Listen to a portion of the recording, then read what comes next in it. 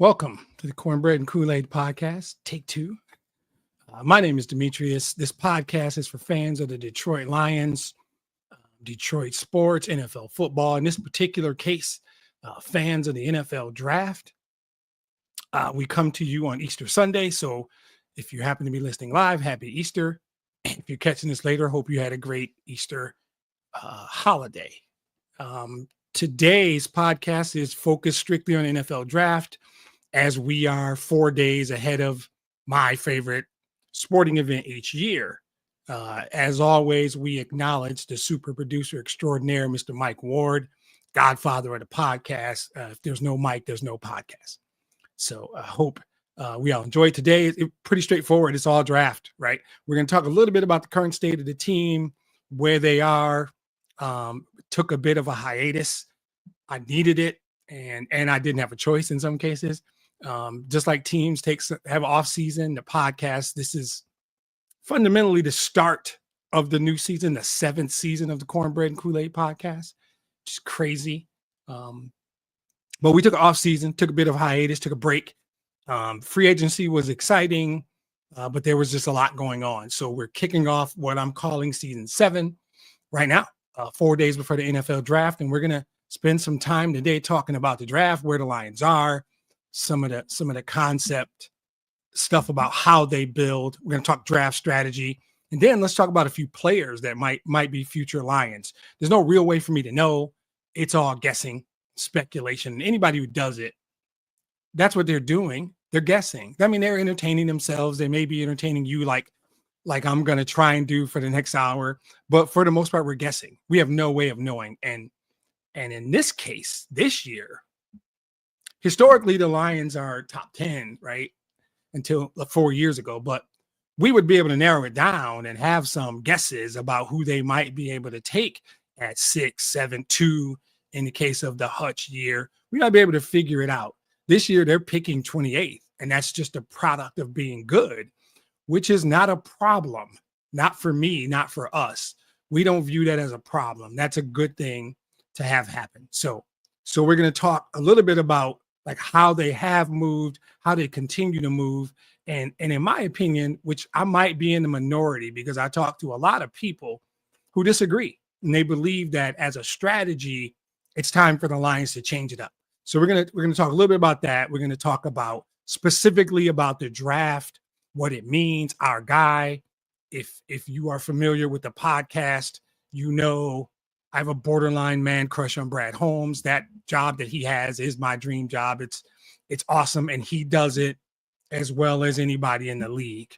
I always shout out Howie Roseman of the Eagles because clearly he's good at it. I don't, despite the fact that Brad Holmes has back-to-back Executive of the Year trophies on his mantle, Howie Roseman's team has the most recent Lombardi. So you have to acknowledge that guy. And there are other dudes in the league that are good at it. I just happen to be partial to Brad Holmes. So let's jump in philosophically, like where the Lions are now. Like as we begin to start talking about next season as this season, right? Not last season. So the 2025 season, from my standpoint, is now this season. After the draft, they're going to do some mini camps and OTAs, and we're in 2025. This is how it works. Officially, the league year kicked off sometime in the middle of March. But for me, the draft is when the season kicks off. So for this season, where are they? Philosophy, I believe this is the reason this is my favorite thing. The reason I think it's so important is that this is how I think you build sustainable success, right? I think that if you look at their last 4 years, you can say a lot of things. You can say they built a culture. That's true. That's highest level. That's Sheila Ford Hamp. That's Chris Spielman and everyone in the organization. You can say they have defined their culture and who they are, right? You can also say they have drafted very well. I don't know anybody would deny that. But if you look at the progression, you might be someone who doesn't look at it the way I do. I see a team that went 3-13-1 their first year, and then 9-8, which is a significant jump in and of itself.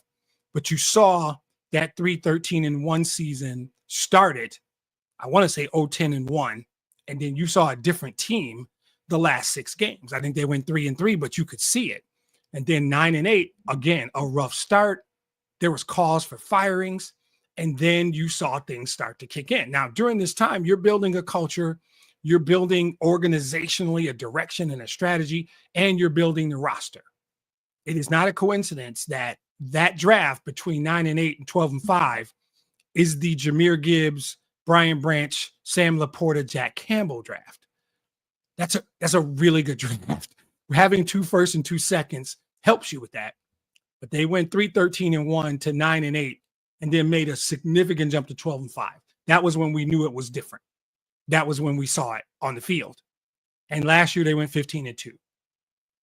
The last game of the year against the Commanders was disappointing. Like I said, took me a while. I needed a break. 3, 4, 5 weeks. I didn't want to talk football. That's tough. It's tough. But then when you look at it, if you're one of those people who wants to go for it now at all costs, you want them to behave differently in free agency than they did probably in this draft and maybe in the second wave of free agency. You want them to be different. I'm not one of those people. I just ran off what's called a trend, a 4-year trend, a 4-year trend that clearly works, clearly is working. It is to go from where they were to where they are. It means that what they're doing the right things, right? I believe in that 4-year trend. Now, you may be someone, maybe you call it instant gratification. Maybe you call it win now. Whatever you call it, you are probably someone who believed that Myles Garrett was available and the Lions should have given up whatever it takes, is what I hear a lot of. What at all costs. These are the types of things I hear, right? Maybe you thought Max Crosby was actually available. Now, history, hindsight has shown us that neither one of those guys was actually available. So it wasn't even real, right? Maybe you don't think the salary cap is an actual thing, that it's just made up and you can just make the money appear out of thin air. I've heard that. There's no right or wrong. You can believe that. To me, the philosophy boils down to one of 2 things. You are willing to pay whatever it costs for a short-term shot at the Super Bowl, because landing Myles Crosby didn't automatically. Myles Crosby, that's great. Myles Crosby, combination of the 2, that'd be a great player. Myles Garrett or Max Crosby wouldn't have guaranteed we win the Super Bowl. Would it have improved our chances? Yes. Didn't guarantee anything. What it would have guaranteed was that you would have run into cap issues in 2 years without question. So if you're one of those people who believe go for it at all costs, Brad Holmes is disappointing you. The organization is probably disappointing you. And that's okay. I don't think there's a right or wrong. I am not in that camp. I am of the camp that the philosophy, the structure, the strategy that takes you from 3-13-1 to 9-8 to 12-5 to 15-2 is a positive trend. I am of the opinion that I would rather have the next decade of sustainable success with a shot at multiple Super Bowls than sell the farm for the next 2 years and maybe you get one. And there are Lion fans who I get and I understand who would say anything for one. I don't begrudge you that. And I understand it. And we're going to need to be taking drinks the entire podcast to keep the throat in line. Apologies up front for that. I don't begrudge you for that concept because, I've been a Lions fan my whole life. I want more than anything for this team to win a Super Bowl. But when I look at what they're doing, I would rather stick with what they're doing because it is working. The salary cap is real. You would eventually have to, those chickens would eventually come home to roost. You would have to pay for that.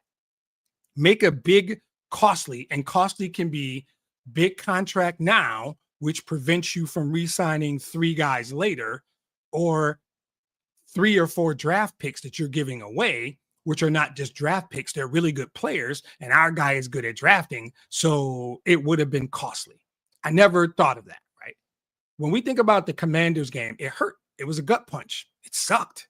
suck. I didn't want to talk about football for a while. And I had a friend of mine ask me, why'd they lose? And he said, and don't give me an excuse, give me a reason. And I said, what? He said, don't give me excuses. Give me a reason. And I said, well, wait, help me understand the difference. I think I know, but help me understand the difference. And he said, a reason is valid justification. An excuse is something misleading or false that you use just to explain it away. And I thought, that's a great question. It's a great concept I'm going to use on the podcast. Injuries are valid. He thought that was an excuse. He thinks that there's nothing fabricated about it and it's not misleading. I believe, and that's all this is, fully healthy Detroit Lions team defeats the Commanders. I believe that. I don't say that if they're healthy, they automatically win the Super Bowl. Not the same statement. Are their chances better? Of course. If you look at last season, going into the playoffs and watch this team play, and you don't honestly believe they were one of the 2 or 3 best teams in the league, and the injuries largely because they were on the same side of the football, and the caliber of players, Hutch and Aleem and Carlton Davis and Anzalone's injury and Derek Barnes' injury, we weren't losing role players, right? That's legit. So I think it's a reason. You might think it's an excuse, and that's okay. I don't think there's anything misleading about it. But the fact is, they lost that game. They lost the Commanders game because they played horribly, period. And and they coached horribly. I'm going to be honest. I didn't love the play calling in that game. I said it that night. I say it again months later. I thought there were bad calls. I thought there was bad performance. I don't think my quarterback played well, right? But as we start like year 7 of this podcast and we think about where the 2025 Detroit Lions, where do we baseline it, right? I baseline them as a very good team. Very good team. I baseline them as one of the 2 or 3 best teams in the league. I baseline this as if they're healthy and they don't sustain catastrophic, historic level injuries, there's no reason, and it might not be 15-2. Don't get caught up on the number. They could go 13-4 and be better. They could. They're going to have a tougher schedule. Some things may or may not go their way, but it won't just be the record. But I don't think it's crazy to say they were one of the best 2 or 3 teams in the league last year. Starting this year with optimism makes sense, not just because that's the whole point of my podcast. That's the whole theme of the podcast is positivity, right? And you might not like what they did in free agency. Okay. You might be one of those win now people. Go for it now at all costs. That's okay. I happen to like what they did. That's predictable. I always like almost everything they do. That's who I am. I don't run from it. But bringing back Davenport on a 1-year incentive deal is smart roster management. It's not going to hurt. And if he actually is healthy, he's probably going to be a good player who helps us win games. And if he doesn't, the money doesn't hurt. It's only 1 year, it doesn't kill you. I like what they did. And free agency isn't over, but I like the swap of DJ Reed for Carlton Davis. I liked Carlton Davis. I think DJ Reed is as good a player. And you probably got in the deal. I like the numbers of the deal. I like the 1-year deal with Levi. I like the Roy Lopez. I like Rock Ya-Sin, Avonte Maddox. Those are all really smart deals that if they go bad, they don't hurt. But if they work, it's great. Minimal risk, very, very high potential on all of those deals. I think the first wave of free agency and Derek Barnes' extension, because if you remember, before he got hurt, he was playing really well, right? I think the first wave of free agency is a success. Now, if you thought they were supposed to get everything they needed, fill all their holes, and make massive big money signings, you're disappointed. I don't think that this Lion organization has given you any reason over the last 4 years to believe that they were going to do that. That is not what they do. That's not how they move. They were really smart. They were very calculating. All those deals make sense. I challenge you to tell me which one of those deals doesn't make sense. If you just don't think Davenport will ever be healthy, okay, it's not going to cost much. And what if he is? If you didn't see how Derek Barnes was playing, before his injury, you might disagree, but 3 years and 25 million for starting linebacker is a really good deal. It is. And the beauty is this: free agency is over. And I think people forget it, or they just let it go. They lose sight of there's some really good football players still out there. So the process is you do what you do in your first wave. And like I said, I like it. I think guys like Avonte Maddox and Rock Ya-Sin and Roy Lopez, they bring depth to a team that has a really good starting roster, but suffered injuries and needs depth. They bring that depth and very little risk associated with any of those deals. So now after the draft, you go into the draft and you do what you do, you feel whatever you feel, then you come out with a better vision, a better understanding of what do we do now. And there is what's called the second wave of free agency. And the thing mostly is people think line, interior offensive line, or offensive line help and defensive line help. There are really good football players still out there. There's guards like Brandon Sheriff, a veteran, Will Hernandez, really good guard. They're out there. They can be gotten. There's corners like Kendall Fuller and Rasul Douglas out there that can be had. There's linebackers like I think Devondre Campbell's still out there. Eric Kendricks is out there. And of course, Matthew Judon is an edge rusher. Don't know if he's the right scheme fit, but he certainly could help. Von Miller is another edge that's out there. And oh, by the way, Zadarius Smith is still out there. He hasn't signed. I think that a lot of people acting like there's only one, and there's actually a third wave of free agency later, guys who get cut in camp or around June 1 or some of these cap casualties. There's a third wave of free agency even later where you can sign somebody. And there's the trade deadline during the season. There's so many ways to acquire talent.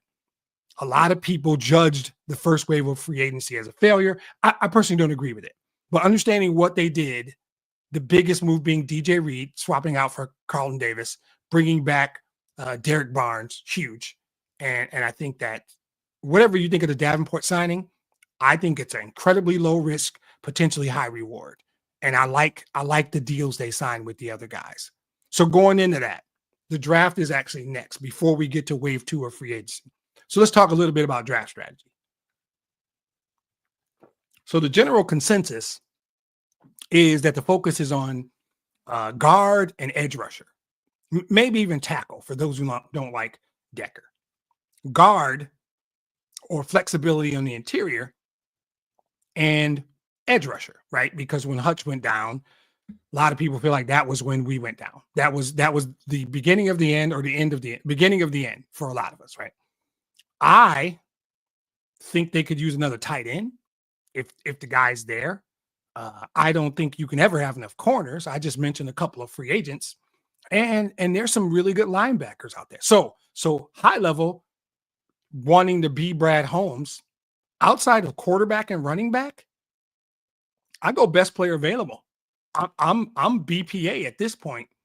I could understand the true best player available for them to do it. What I do know is that Brad Holmes has a process. I do know that process works. He follows it. He's committed to it. He is dedicated to it. And we saw last year that they need depth. I think where we are now, which is unusual and unique for Detroit Lions fans, is that, and this sounds weird, we don't need impact play. We don't need a superstar. I don't think. Right? The difference in them getting sent home in the divisional round versus them potentially playing for a Super Bowl was not that one big star. Would Myles Garrett have made a difference? Of course. It wasn't. It was depth. It was depth. It was all the guys that were hurt and who had to play instead of those guys. It was depth. The number of injuries was unprecedented. It's unlikely it'll happen again, especially on one side of the ball. But the reality is, young, talented players, cost control on rookie deals that can contribute is huge. That's how you stay sustainably good. And that, in a nutshell, is what the NFL draft is. It's the ability to acquire young, talented, cost control players. But we, as Detroit Lions fans, are so used to, for so long, we would come into this coming weekend saying, we got to get this because we don't have this. It's not the case anymore. The Lions have a roster of impact players. We have top 5 in the league players at multiple positions. I would contend we have a top 2 or 3 right guard, top 5 center, top 5 wide receiver. I think we have a top 5 tight end. We got a top 2 or 3 edge rusher. We had a top 5 safety. It's never been like this. We have really high quality players at running back, at defensive tackle when Aleem's healthy. And yes, the quarterback. We have talent. We have top end talent all over the roster. High end talent is there. This draft is not about go get a superstar who can change our fortunes. It's not 4 years ago. It's not even 3 years ago, right? This draft is depth, talent, cost control. What happens when somebody leaves? Because guys are going to start leaving, right? That's where we are now. You can take chances now that you couldn't take 4 years ago because you had holes you had to fill. Now you can take chances, and they've been doing it. You also need to get contributions from guys you used this philosophy on 2 years ago. Broderick Martin needs to be a contributor. We can't keep waiting. Whatever the issue is, health, scheme, whatever it is, the opportunity is there now. And that guy you took that chance on 2 years ago and told us he's going to contribute later. Well, it's later. Like you did with J-Mo. You drafted J-Mo knowing he had been hurt, knowing you weren't going to get much from him the first year. It's paying dividends now. You told us we need Christian Mahogany to start at guard. If Christian Mahogany can start at guard, that is a free agent you don't have to. That's a Kevin Zeitler you don't have to sign. That is, you can go a different direction in this draft if you don't need to draft a guard at 28 or 60 because you have one in Mahogany. Now, you still have a 32-year-old Glasgow and Frank, great, but on the brink of retirement, right? What if you're in a good place with Zadarius Smith and you think there's a good chance you can bring him back? Do you have to draft an edge at 28? You have the flexibility, and it's unlike anything we've ever seen. I would love to see Zadarius Smith playing when Hutch is on the field. Do we believe he's not going to be better? Of course he's going to be better, right? Those things inform your draft strategy, your draft decision. And Brad Holmes has been consistent. That's one thing I'll give him credit. I don't know why people ever really get confused, or this podcast wasn't hard for me because I've watched everything Brad Holmes has done for 4 years. He doesn't really waver. He always says the same things. We want a guy that's a football player. We want a guy that's a football player. They look at numbers. They watch film. They do all that work. They have a term they like called football player. And we might not agree with the guy they take at 28. Pundits will say it's a reach.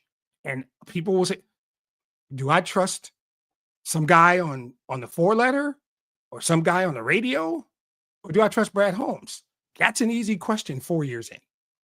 He's consistently talked about fit in the draft, in free agency. Is this guy a fit? Not a fit for everybody, because he doesn't work for everybody. Are they a fit for the Detroit Lions, the culture, the organization that they're joining right now?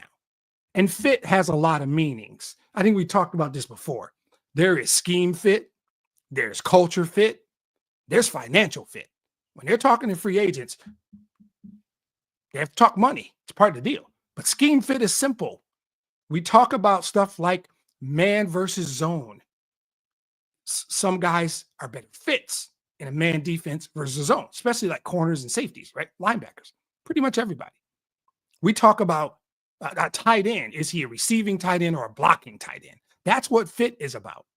And when you look and you see that you have Zylstra, and you have Brock Wright, and you have Sam Laporta, you know what your tight end room looks like.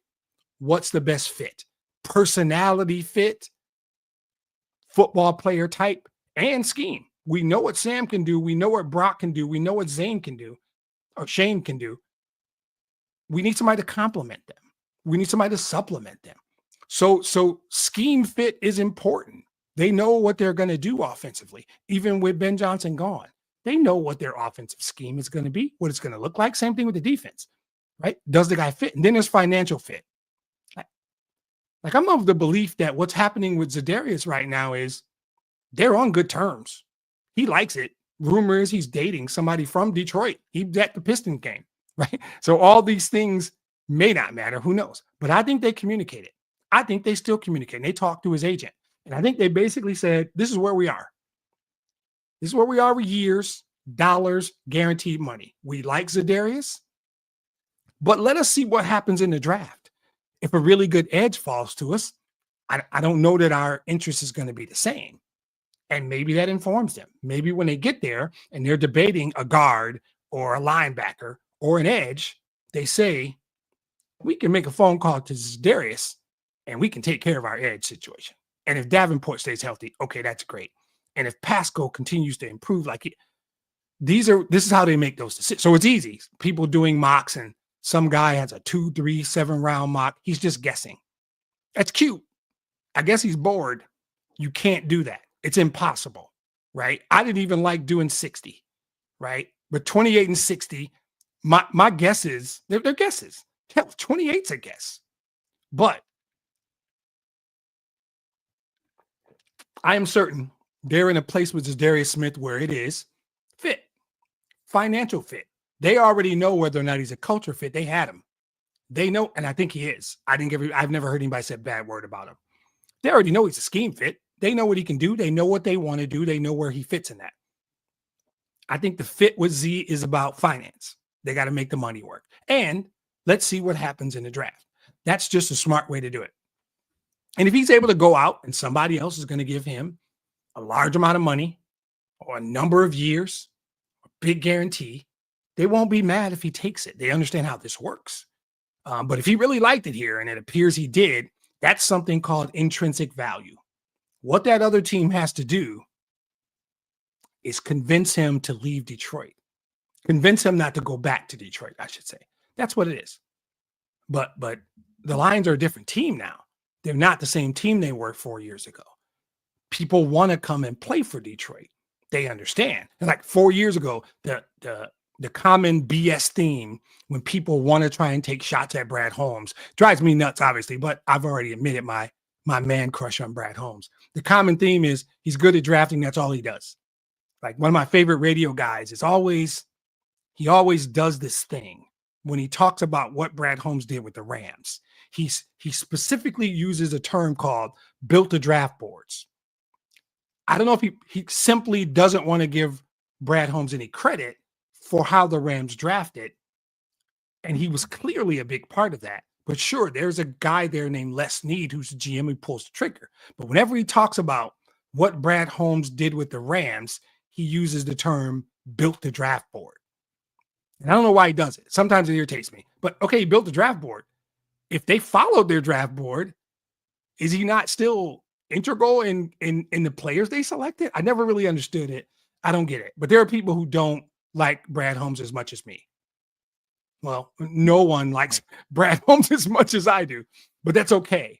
But I think that 4 years ago, he had a culture, and people like to mention these two receivers they signed their first offseason, like weeks onto the job. He signed a guy named Tyrell Williams and a guy named Brashad Perriman. Two receivers. Neither one of them worked out. One of them, I think they cut before camp ended, and the other didn't last much longer. I think Williams had an injury deal.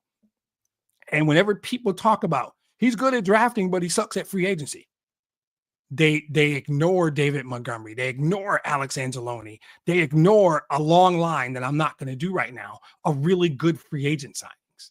And they mention those guys. Okay.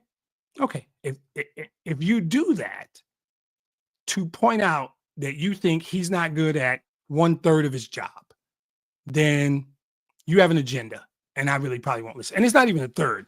Like historically, a GM or someone in Brad's job has 3 functions. Hire the coaches, but the Lions did that differently and they nailed it. So hiring the coach is they have to be aligned and work well together, and they appear to have that.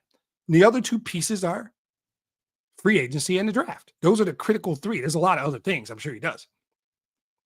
But people who don't want to give him credit and they want to ignore that he's 2-time executive of the year, and they just want somebody to be mad at after, say, the Commanders loss or the 49er breakdown a year and a half ago. They point to he's not good at free agency. He's great at drafting, but he's not good at. I contend draft is number one on that list.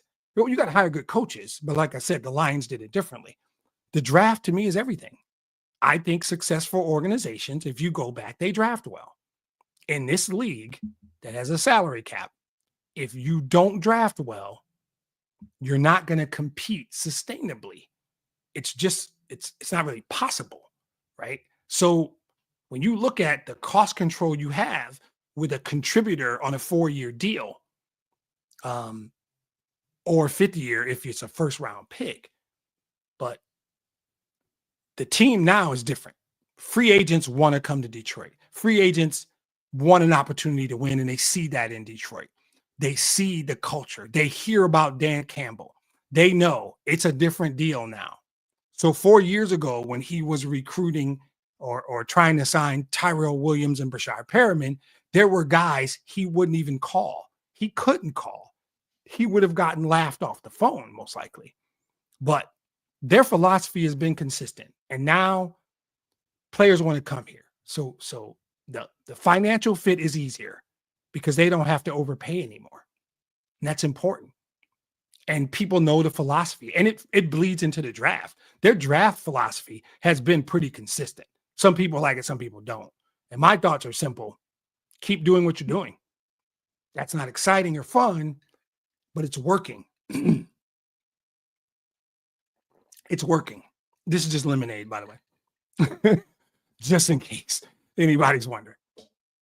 The draft philosophy remains the same, in my opinion. I think they have groups of guys.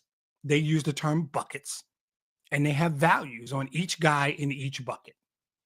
And I think there are things they might do. They might sit back and take the best guy at 28. I'm not going to have a problem. If they sit there and they said, yep, we didn't like any of the talking before, 28, our guy was there. And we think this guy will help us win, fine. I don't think that's going to happen. I think if you look back at how he's moved previously, J-Mo moved up, Jameer moved back, still got his guy. So there's a couple of things that he likes to do. If they have a bucket and you get to, say, 24, and there's only one guy in that top bucket, they will try and get to 24 to get that guy because there's a difference in the buckets. Like, they'll do that. They did that with J-Mo. They liked J-Mo that much, found a way to get to, I feel like it was 13, might have been 12. And they went and got J-Mo. That's how much they believed in him and wanted him. They got grief for it. They had intel that the next team, and I feel like it was Tampa, there's a video out there, you can confirm it, was going to take J-Mo. So they made the move. That's a good GM. They have the ability to move. He's really good at it. Or they could get down to 20, 26, 27, and there's still 4 guys in their bucket, 5 guys in their bucket, right?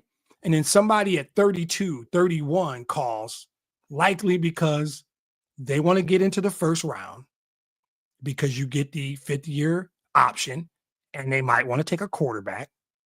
That would be a smart move. Move back 4 spots because there's 5 guys from your bucket left. Pick up some extra draft capital. Another good. Any of those things could happen this time because we're talking 28, not 2, 6, 9.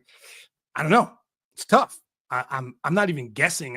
I'm looking at the pattern of how Brad Holmes has moved in the past to try and project what might happen, except it's not a direct plug and play because they're at 28. So you can also expect later, be that 60 or somewhere later, they're going to draft some injured dude. They're going to draft some dude that played at a small school.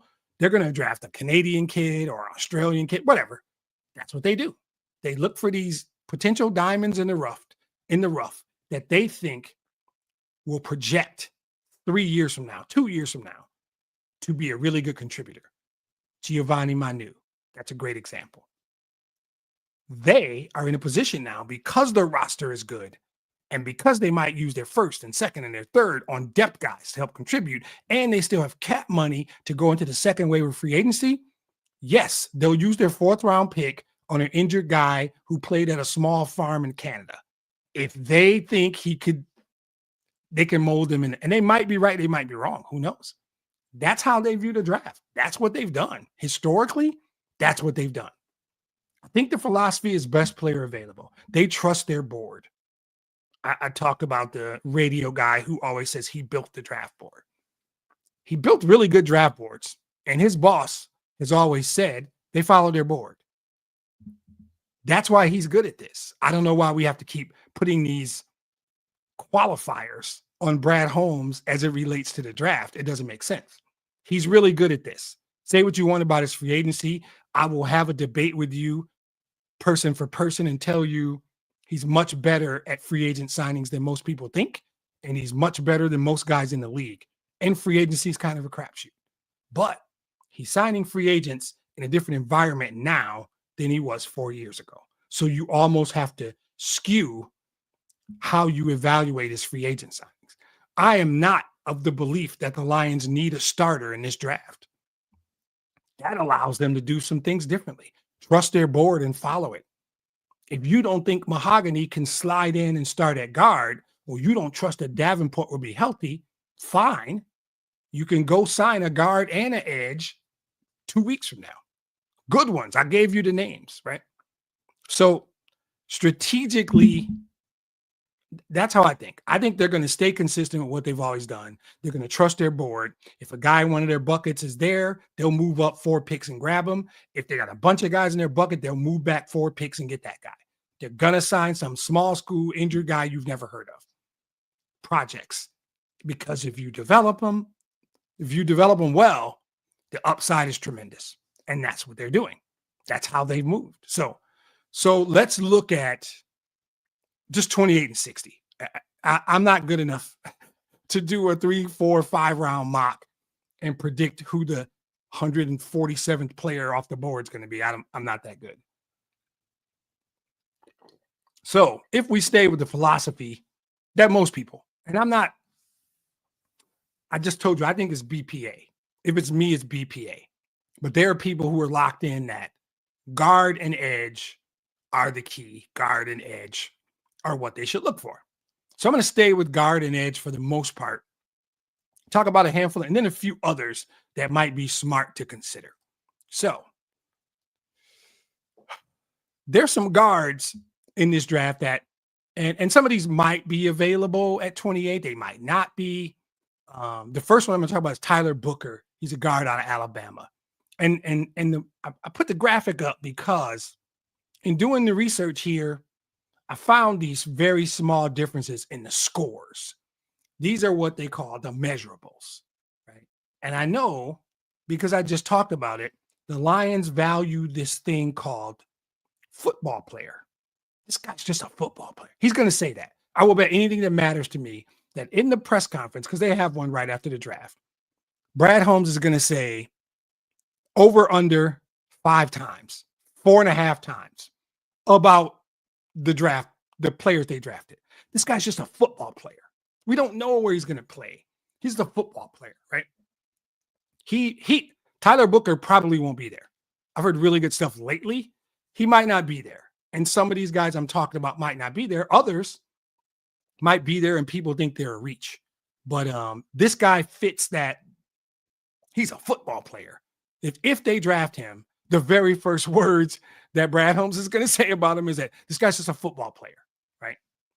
There's another guy out of North Dakota State named Gray Zabel. He fits a couple of molds. Smaller school, number one. He's been mocked late first, early second. I think the value in him is versatility. I've heard he can play all 3 interior positions. That's valuable. When Frank is a potential to retire any year, when Glasgow's 32, and right now the 3rd position is up for grabs. I think Mahogany might be ready, but we'll see. An interior offensive lineman out of this draft, especially if there's one that can move around, that can back up Frank at center, although Glasgow can do that.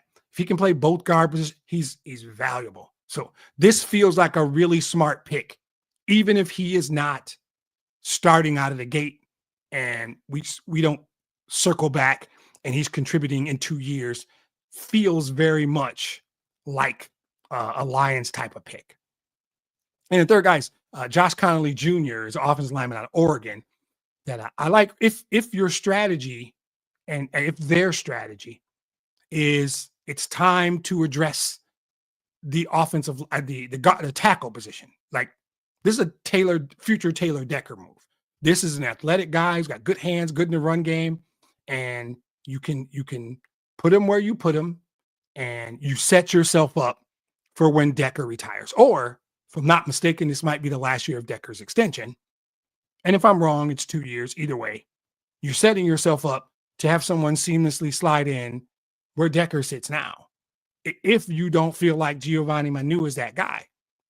And that's the beauty here. You can do any or all of these things. And if he has the ability to move and play other spots, you can do that too. These are just 3 guys. One, I think, may not get there. The second one offers specific versatility around the interior. And the third represents addressing a future need. All of those sound like things the Lions could do. None of them would surprise me. Even a move up to get Green. If you get to 21, 22 and Green's your guy, you think he's your guy? Sorry, Booker. I foreshadowed. If you move up to get Booker and Booker's your guy, then that's fine. He's a guy who you might be able to plug in right now at guard if you're not comfortable with where Mahogany is. Zabo is just versatile, right? I don't think anybody's going to argue that move other than small school, which Brad Holmes has proved he doesn't care about. And Connolly could be just future Taylor Decker. That's what you're doing. So obviously I've foreshadowed where I'm going next, and it's edge rusher, right? And the first guy's Mike Green. Again, don't think he's going to be there, but this could be a guy they might move up for. If Green's on the board, 21, 22, and the cost isn't too high, wouldn't shock me for them to move up to get him. I've heard really good stuff about him. I think from a talent standpoint,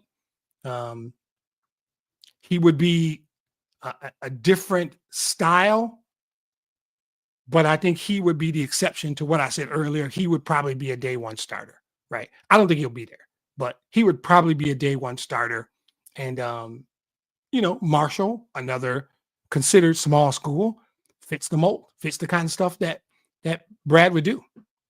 Michael Williams, opposite of that, big school, Georgia kid. Brad loves Alabama. He wouldn't shy away from Georgia. I don't think he would start day one, but he projects as a guy with a high ceiling, right? I've heard good run support and contains the edge well. And there's a guy named James Houston who no longer plays here. I contend that maybe it was the injury, but I saw a lot of examples of not setting and containing the edge well, which is hard to do. I'm not going to act like it's easy to do. On the edge, you're trying to get to the quarterback. So contain is often a struggle. This guy apparently has really good edge contain skills and would be a good long-term project because he's more of a power guy, whereas Hutch is a speed finesse guy, high motor guy. This guy's a power rush. That would be a really nice 1-2 punch, if you ask me. So these are just like really good guys to consider. I think that Donovan Ezraku, also out of Georgia, the other guy kind of thing is what they say. But this is more of a guy I'd love at 60. I don't see this as a 28 thing. I think if you go O-line or some other direction at 28, this would be a guy who I'd love to get at 60, or if you move up a little bit in the 50s, whatever it is you do. But he's fallen a little bit in some mocks, depending on which mocks you look at. I think this becomes about the value. Where you take Ezraku is going to be judged mostly on the value of the pick is going to be judged on where you take him. But I think if you're talking about him at 60, somewhere around 60, especially if you ended up getting Gray Zabo or somebody up top to address the O-line, whatever you do after that, I think you're probably comfortable with your draft in that case. So just a couple of guys that have an opportunity, I think, depending on their philosophy, what they do and how they do it. There are other guys that I think warrant some consideration that I think I want to mention. There's another edge out of UCLA. I'm going to do my best with his name. Apologies to the family if I mess it up. I think it's Olufemi Oladejo. I'm going with that. I'm not going to try it twice. I'll mess it up. He's an edge out of UCLA. He fits the mold. 1 year full-time edge rusher. the degree of a project, right? He is a. I heard him comped to a guy from about a decade ago. Ezekiel Ansah was a defensive end, maybe more than a decade ago. Maybe that was might be 20 years ago at this point. Um, Ezekiel Ansah was the comp I heard from a local guy. That would be fine because the three words I hear about him all the time are the same: explosive, powerful, versatile. Yes, yes, and yes. I'll take all that. I think the scheme fit I talked about earlier, he feels like a guy who you could move around, plop him in different spots, and can fit multiple schemes. I like that idea, but again, probably at 60. There's a guy Walter Nolan, who's a defensive tackle out of Ole Miss. If you have very real concerns about Aleem McNeil for 2025, this might make sense because I think DJ Reader might only be one more year. He's a tackle, by the way, but he's like 6'4", 300. But I hear explosive and difference maker. These are the terms. So if you have concern about when you're going to get a lean back, if you think you're going to have a lean early, week 4, week 5, week 6, maybe you don't do this. If you think a lean might be the year, this might not be a horrible idea, especially if you trade back, maybe even at 28. But this could be another future deal. Now you got a guy, cost control, explosive player at the defensive tackle. If Aleem comes back, you have DJ Reader, and Nolan. You have an explosive interior. And then you go re-sign Z, and you got Davenport and Z and Pascal and Hutch, and you've got this crazy explosive interior. God forbid Broderick Martin progresses. Your defensive line feels a lot better than it sounds, right? As a linebacker out of Alabama, we all know we love Alabama players. Jahad Campbell might be a reach at 28. I could see this as if you move back or moving up from 60, unless he slides. Fits the mold again. He's an Alabama guy. He's coming off an injury. Towards labrum last year. That's probably the reason why he's dropping. A lot of what I've heard is that he probably wouldn't be on the board at 28 had he not gotten injured. And that's a Brad Holmes 101. Like it's Hendon Hooker. It's JMO. They're guys. This is what he does. If this kid's talent, they evaluate this kid's talent when he's healthy, they'll go get him. I've heard great range, blitz versatility, good cover instincts. He would fit in that linebacker room. He would be a great fit in that linebacker room. I would not also rule out a tight end. I mentioned that earlier. And Mason Taylor out of LSU, if he's there at 60, wouldn't surprise me one bit. Elite route runner, versatile. The Lions like to do a lot of multi-tight end stuff. I like Zylstra. I like Brock Wright. I mentioned earlier, what if you had another Sam Laporta? Both if Sam were to get hurt or just you could put two of them out there. It gives you versatility in the offensive scheme. And so there's a lot of guys, not guards and edge rushers that are out there that you can like. And so trying to think the way Brad Holmes thinks, these were guys that came to mind and I thought made sense and could be very real possibilities to be Lions. So those are some of my thoughts and ideas at this point. I trust Brad Holmes implicitly as it relates to this part of his job. I think it'll be exciting to see the approach from the perspective of being one of the better teams. The approach when you're fundamentally just building depth. I don't know that they're going in saying we need a starter at this spot. Everything I've heard, they like Mahogany. I think they believe Davenport can get healthy. I think they believe if they need to, they can bring back Za'Darius. And like I mentioned, Pascal had a really good season, and by all accounts, Hutch is going to be good. So the people got they need an edge, in my opinion, were people who were forming that opinion on the idea of one, Hutch won't come back fully healthy. Two, they're going to sustain the same level of injuries they did last year, and I do not subscribe to that theory. Doesn't mean they shouldn't address edge. I don't know if they have to at 28. I just gave you a pretty good edge at 60. So there's so many things they could do. There's a second wave of free agency that's there where they can still fill needs. And at the end of the day, it's still the NFL draft. It's still a very, very exciting time if you are a fan of roster construction and your team is one of the 2 or 3 best teams in the league, right? We're going to be better a week from now. A week from the day, the Detroit Lions are going to be a significantly better football team. Why? Because our guy is as good at this as anybody. That's it. Our guy's really good at this part of his job.